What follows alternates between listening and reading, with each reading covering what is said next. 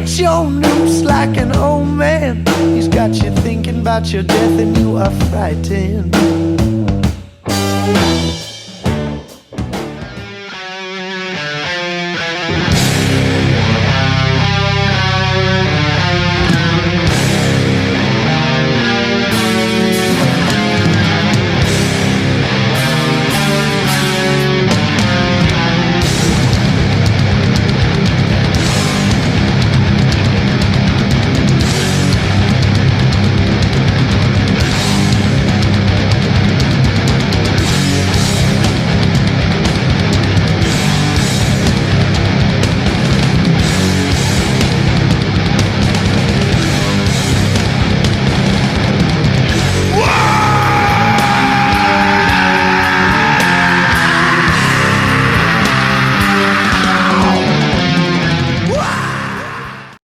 Hi to everyone. Today we have the huge honor to have with us Chris, one of the founding members of Autopsy, the huge band.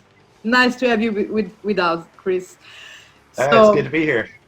It's a really pleasure. I want to go straight to the first question because many newbie fans are getting interested in the extreme metal, death metal scene, as I'm seeing right now.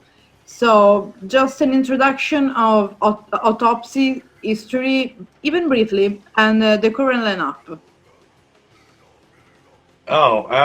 We'll see. The lineup is I do drums and vocals. Yeah. I'm Chris, and then we've got Eric Cutler on guitars, and Danny Corrales also on guitars, and Joe Trevisano is our bass player.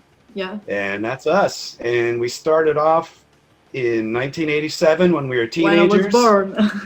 Oh man, now we're old men, but we're still doing it. Yeah. Yes. So, and since a huge band, like we can say founder of a grind, we can say grind part of death metal. How this influenced your way of composing death metal? We just kind of always have played music that we would like to hear. I mean, that's why we started doing it, is just making a record that we would like to listen to, you know, and that's really that's really where it comes from. You know, we don't do it to like prove anything to anyone, like, hey, look what we can do, or you know. Yeah, and you did it at the end, because I mean, it's one of the biggest band, and you've been drummer of that as well in the album Scream Bloody Gore, if I'm not wrong, right? Yeah. Which memories do you have with huge names such as Chuck, Rick Ross, and Cam Lee? I wasn't in the band at the same time as Rick or Cam. That was before my time, but it was not a long period of time that I was in the band, maybe a year and a half, but it was a lot of fun because we were kind of kids, you know. I was like 17 years old and Chuck was 19 at the time. Oh, you're so young. Yeah, I know. It was it was a lot of fun. I think mostly what I think about is just us hanging around and just doing stupid teenage things, like drinking beer, and I don't know how we even bought beer because we weren't 21, but just kind of hanging out, and because we didn't play shows when I was in the band. It was only the two of us. We never. So I mean, it's an amazing thing. I mean, having the honor of being with Chuck in a band, it's a huge thing as well. And your first album was released of Autopsy, we say, because people may think of that. We're still speaking about that. Coming back to Autopsy, if I'm not wrong, correct me, in 1989. Severe Survival. What could you tell about that album and the lyrics, in your opinion, of course, as well? Well, it was a lot of fun because it was our first album. So that was like a good feeling, you know, like for me it was I mean, being in death was awesome, but also like putting the album out, it was like a band that I joined, if you know what I mean. And Autopsy was a band that we started all on our own. So it was super exciting. Like, oh, this is our band. Yes, we get to because it was your band. Yeah. Yeah. So that was really exciting. And then like lyrics and stuff like that, it was kind of a continuation of what Death was doing. Yeah. In that we wrote a lot about like horror movies and stuff like that. Yeah. So that mostly on that album. After Severed Survival, we didn't write so much about horror movies and stuff. We kind of more came up with our own ideas. Yeah, your own inspiration. Exactly. But I think on the first album we did a lot more sort of like horror movie inspired, or like comic books or books that we read, like short stories and things like that. Yes, of course. For the first album, the ideas should come from some place. I mean, then with the time, with the experience, it came more natural. It's like a writer. You take inspiration from everywhere. Yeah. Yeah, we try. We still try. You still try. And about the Menta funeral, there has been some changes in the sound. How this decision? We didn't really mix that album very much. Mm-hmm. We kind of left. This was very unprofessional of us. We kind of kept the sounds. Sometimes some professional things left it like as are better, in my opinion. Yeah, we didn't. Well, there was a lot of like sort of drinking and stuff going on too. And we had a lot of friends with us in the studio. There was, I don't know, probably like with our friends and us and the people working in the studio, there was probably like 18 people. We were all just recording. Not recording, just having probably too much fun. Yeah. And it was kind of like a party, and we didn't, I don't think, pay very much attention to the sound. Yeah. We were just kind of like doing it. And then we didn't spend much time, if any at all, mixing it. We just sort of kept the starting tones, which you should never do. That's not how you make an album, but that's what we did. And we've been asked that a lot of times, like, how'd you get that sound? And we're like, well, we didn't try. But it's a natural, it's spontaneous, so this is good. I mean, for me this is good. And I read that you had some punk influences in the album Shitfun. Oh, how this decision? How could it happen? I don't know about anybody else, but I was listening to a lot of like punk and hardcore at that time, and it probably made its way into the songwriting a little bit, but not on purpose. I never wanted Autopsy to be a punk band. Yeah, no, not at all. That was just, sometimes what you're listening to ends up going into the songwriting. You got some influences and you brought into the composition. Yeah, but I mean, that album was just such a disgusting album. There was kind of no and the title Shitfun is something to do with that. Yeah, it was just there was no rules for that album. I mean, also the band we had already split up, but we wanted to make a final album anyways. Yeah. So we knew the band was breaking up, but the album before that one, Acts of the Unspeakable, a lot of people got really angry about it because the artwork on the inside and then the lyrics. Yeah, because for as I know, Act of Unspeakable is one of your main work. Yeah, there was. I remember I did a promotional tour in the UK and Europe, and people were actually mad, like angry with me because of the lyrics on that album. Like some journalists were like really thought I was like a bad person. I tried to explain, I'm like, it's just music, it's like we're not going out into the world doing these things. Don't get too crazy about it. But yeah, sure. But being the way we were, that sort of just made it funny for us. That's great. So we're like, oh, well, you think that album's terrible. Wait till you hear this new one. It's going to be so much worse. You got worse and worse. Yeah, But exactly. at the end, you became better and better because this helped you to become one of the biggest. So you try to get bad, to get worse, but at the end, you get to being the best. So you did the opposite. It depends on who you ask that question. Some people but don't understand that album. It's on the rare occasion when I do listen to that album, I feel like I need a shower for my brain. Also, the other thing about Shitfun is Peaceville had been sold to Music for Nations. Oh. And they didn't care about us at all. We weren't like a huge band, so we kind of got ignored.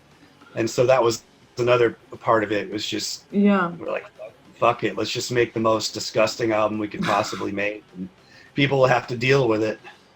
Yeah, but I mean, and what about the EP, The Tone Within? That seems more like a comeback to the sound. What brings the band to this decision? Well, that was us getting back together. 15 years later, we got the offer to play Maryland Death Fest. Yeah, and that's the show that got us out of retirement. We decided to be a band again, and then we booked other shows too, like we did Party Sun in Germany and Hole in the Sky in Norway and some stuff like that. So we didn't want to be just a band that just comes out and plays all the old songs like a nostalgia act or something. We didn't want to do that, so we figured we should probably write some new materials. Yeah, sure. Yeah, and not even really try. We just sort of got ideas without thinking about it, which I guess that's what makes it sound natural. Yes, because you act without you just do music without thinking. This is exactly like what I was saying before, like in a spontaneous way. Exactly, yeah, just like that. It's always the best, and this is what the fans love most, because they saw that the musicians are really hard, like person like themselves. Yeah, we didn't want to sort of like force it without, if you know what I mean. Like we just sort of got song ideas without thinking about it. Like driving down the road and I'd think about a song idea. Sure. Like, I gotta remember that, and just write it later when I get home. Put it straight comes to your mind. Exactly. But I also know that you have other projects like The Revenues, Doomed, and the Eat My Fuck. What about this project? It just depends on which one you're talking about. Just life is short. So you gotta, if you're a musician, you gotta have fun and just do. This is the right way of seeing. Yeah, I mean, I still do different things today, just to keep busy, and have a good time and play music. That's amazing. And with Abscess, you play a thrash with crossover sound. How do you feel to play a different genre of music? Like this is of course different from death metal. Yeah, Abscess was kind of like, I guess you could call us, we were a death metal band, but we had a lot of like punk and hardcore stuff in there too. Yeah. It's just kind of just keeping music interesting, and because Autopsy was split up, we didn't want to sound like Autopsy and sort of do the same thing. It was we felt like doing something different, and we even had people say, "Oh, you should just call it Autopsy, and more people will like it." And we're like, "No, that's a different band. We're not trying to, we're not looking for a free ride here, Yeah, sure. But that was a crazy band, Abscess. I don't know if we would live through that again. Like this. I'm going to speak about the influences. So, which are the influences of Autopsy? When we first started out, we were listening to. Well, I was kind of freshly out of death, so that was there for sure. Yeah. We listen to like Slayer and Possessed and all the normal Possessed. things. Yeah. A lot of demos, like the Mhm. Terrorizer demo was The one. Riser, amazing. Lee Harrison, it's a great, yeah, Monstrosity as well. Yeah, and then like Repulsion demos Hmm. and um, this band called Bloodbath, not the Swedish one that Bloodbath. everyone knows, but Oh, the early Bloodbath Hurley Bloodbath, yeah.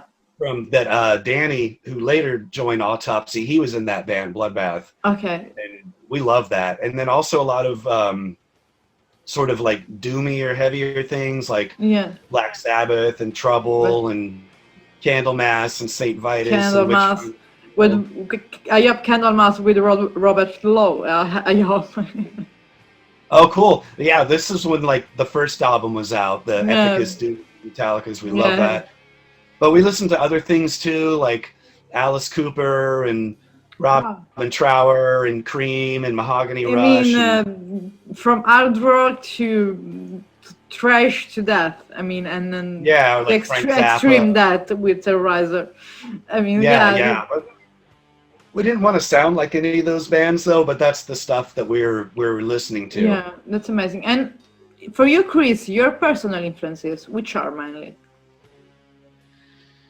I mean, like drumming or Yeah, even drumming. Yeah, well, no, because now we are going to more personal. Just you, oh, okay. as you. Um, Drumming, singing, because of course, as I told you, the singer of Necrophobic Handers is like obsessed with you. It's like my favorite. It's like trying inspiration from you. He's speaking for. oh, that's so cool. Yeah. That's awesome. Yeah, that's really nice to hear. They're a good band too. I trying to think like vocally when I first started. I know Chuck from Death had a lot Yeah. of influence. Because he was one of the early guys doing that. Yes, sure. One But- of the early, yeah. Yeah, but I kind of wanted to do my own version as well. Your own, yeah. Yeah, I mean, drumming probably just things I grew up with. Like Clive Burr from Iron Maiden and Hmm. Dave Lombardo from Slayer and Yeah, of course. Keith Moon from The Who is my favorite drummer, It's probably. amazing, Kid Moon. Yeah, he's like probably still my favorite. It's amazing. Yeah, and then like when I was a kid, like Peter Criss from Kiss, and but Ama- not that he's like the best drummer in the world, but when I No, got but into Kiss, they give you like they give you feel that they transmit you feelings. This is what Yeah, is exactly. important. It's not important being good, but it's important to let the people feel something when you play an instrument or when you sing. So yeah, I mean, yeah. I know I'm not the best drummer in the world. I've never tried to tell anyone that, but I like to feel like I have my own, Yeah. feeling or maybe my own style or something Yes. like that. And being relating to this question, I will just ask you to be more specific and just say 5 albums, artists, or song that kind of influenced from your childhood till today. Okay, that's the first one is easy. The first album I ever bought on my own with money I got from like mowing the lawn, the grass in the front, or like washing the family car. Yeah. That would be the Ace Frehley solo album from 1978. Wow. I got that when it first came out. I remember seeing a TV commercial when I was a little. I would have been 9 years old. Oh. And I saw they had commercials on TV for like the Kiss solo albums, and I couldn't believe it. Like, I didn't know what it was, but I just knew. I was like, I need that. You wanted, Yeah. you said that should be mine. Yes, to Exactly. be mine. Yeah. Yeah, I had to have it, so I got that. And then I'm gonna do another Kiss album because that was another one that was huge. If we're talking about like childhood records and stuff, Yeah. that would be Rock and Roll Over. Rock and roll From- love. Funny thing, I don't know how often this happens to people, but I put the needle down on the first song, and it starts off kind of quiet, like acoustically, Yeah. and then I'm like, okay, cool, and then all of a sudden the guitars come in really loud, and it freaked me out. I had to take the needle off the record and go, what's happening? I don't know. Oh, so I had to like wait 30 Well, seconds and then start over, Yeah. and then like forget it. It was like one of my favorite albums. Some other ones from that time, Aerosmith live bootleg. That was one. Amazing. Well, amazing, amazing. I love Aerosmith. Yeah. Yeah, or another one, AC/DC Power Age. Or Uh, classical rock. yeah, I mean that's Classi- when I was that age. There wasn't Yeah. really heavy metal yet, you Yeah. know. I So mean, you were there at the beginning and in the 80s. So yeah, I know. yeah, I mean this is like 70s even, you know. So or Cheap Trick Dream Police. That was another one that I liked a lot. Yeah. I think that's already five, but Yeah. If you have something to add, it's a fine. Maybe someone from nowadays, in this period, some album that you love particularly. oh, these days? Yeah, maybe some album from the new the new bands, or I don't know, some album that you listen in the recent period and you loved Oh, yeah, particularly. lots of stuff actually. I there's actually this year has been terrible, as we all know, for Yeah, unfortunately, several yes. several reasons. So when you hear A something lot new, of postponed. Yeah. yeah. So when you hear something new that's exciting, like this year in particular, it's extra cool because it kind of like distracts you from all the horrors in the world and stuff. Yeah. So there's actually some albums that I've got recently, some by bands that are new and some by bands that are old but are doing new things that I really like. That's So amazing. I'm just looking at my stack of new releases over there. I just got the new Blue Oyster Cult album. I had an interview with the drummer, the ex Oh, drummer, Albert Bouchard, I think his name oh, is. really? Oh, that's Yes, amazing. because he's doing a solo project right now. Yeah, yeah, yeah. Yeah, yeah, and tomorrow, the day after tomorrow, I have an interview with him. Yeah, it was like a YouTube thing. See that his label proposed it. Told me, do you want to do the interview with us? I say, of course I want to do. I mean, he's one of the founding Yeah, member of Blue Oyster Cult. Why not? I know. But Yeah, that new Blue Oyster Cult album is so good. I got it 2 days yeah. ago. I've already played it 4 times. Wow. So that's a new one. Looking what else I have over there. The new Kirith Ungol Mhm. is really good, and they're of course going back to 80s and all that. But their new album is great. There's a band out of Canada called Traveler. It's like Traveler. straight up heavy metal band, and they're really good. I like them a lot. So they're I will they're check playing like them. I will check them a lot because I love heavy metal. I will check them. Traveler. yeah, Yeah. called Traveler with one L. But Traveler. they're good. They're a current heavy metal band. There's another Canadian band called Riot City that's Uh-huh. really good. I like them. What else? New Saint Vitus is Yeah. really good, and they're of course another band that's been around for a long time, Yeah. but their new album is super good. Yes. What else? There's a rock band out of New York called the Mhm. Lemon Twigs, Yeah. who I really like a lot. They're not heavy metal, but that's their new album. It's Yeah. really good. I like them a lot. Let's see. I'm sure there's more. Yeah. I mean, this year many albums were postponed, but I saw also Yeah. many albums being released because, of course, we have to keep our mind busy in some ways. So Yeah. yeah, Oh, yeah. yeah. It's very important.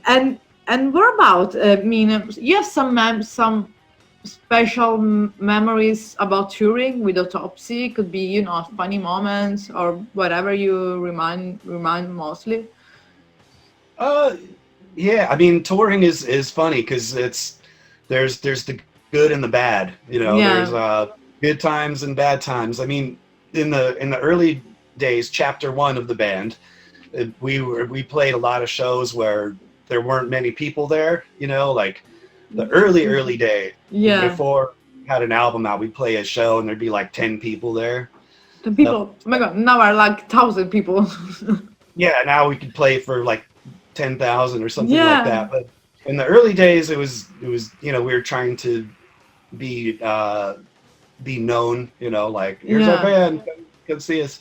But touring Europe the first 2 times in 1990, those were really good. We actually had, like, in particular in the Netherlands and Germany, we had really good shows, lots of people.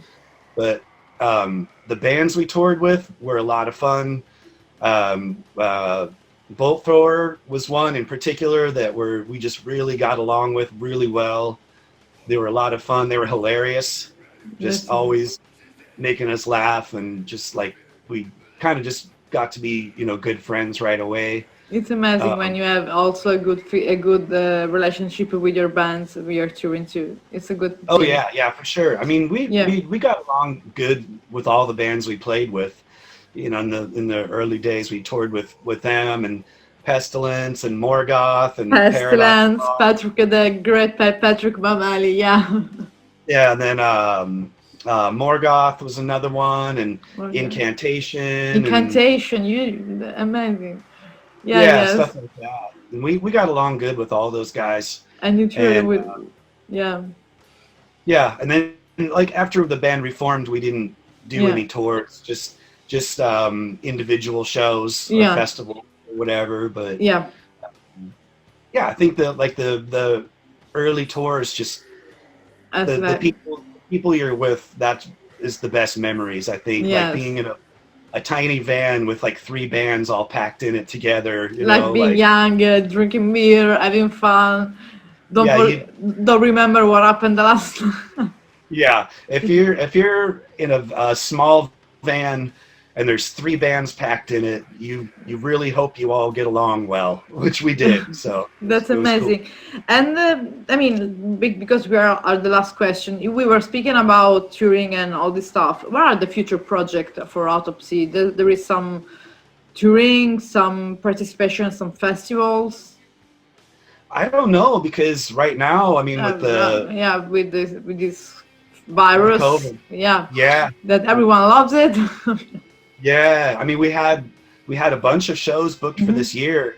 We were supposed to play in Portugal and the Netherlands and the UK and some other shows in the US, and we only got to do one show in March in Chicago, and then we got home, and then like 2 weeks later, everything was in lockdown. Lockdown, yeah, I remember. Yeah. And then all the other shows we had got canceled. And not just us, but like every musician, yes. I think for this summer some festival again will be postponed, because I already saw some festival being postponed already for the 2022. So I think music will have like a rise up in 1 hour and a half. That's bad, but it's also good things, because people get more in touch with the musician and know them better, and this could help the music in the music field in some way, because in a certain way we have to help each other all the time. Yeah, I mean, I hope we can play some shows next year, but we'll see. We have to see how things go. So I can't say what our future plans are right now, but unfortunately. The main things that you are ready to come back on the stage when it will be possible. Yeah, we're ready. So it's not that we don't want to do anything. We're just waiting for everything to be okay, and then we can get back out there. So the last question is just a message to the Autopsy fan and our follower from Poison Rock, and that's it. Just thank you for supporting what we do. Yeah, we appreciate it. We do not take our fans for granted. You know, without people that support our music, there'd be no reason to do it, you know.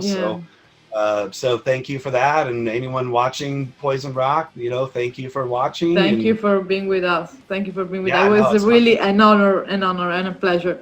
And I hope to see you live in the next years, and maybe have an interview with a real camera, microphone, being really do it well for good this time. I get some beer. Like maybe get some beer. Yeah, it would be better. So thank you so much. Cool. That would be cool. Thank you so much, Chris, and see you soon then. And greetings to your Okay. wife again. Okay, cool. Well, thank you so much. Thank you for your time, and have It's a been a nice rest of your pleasure. evening.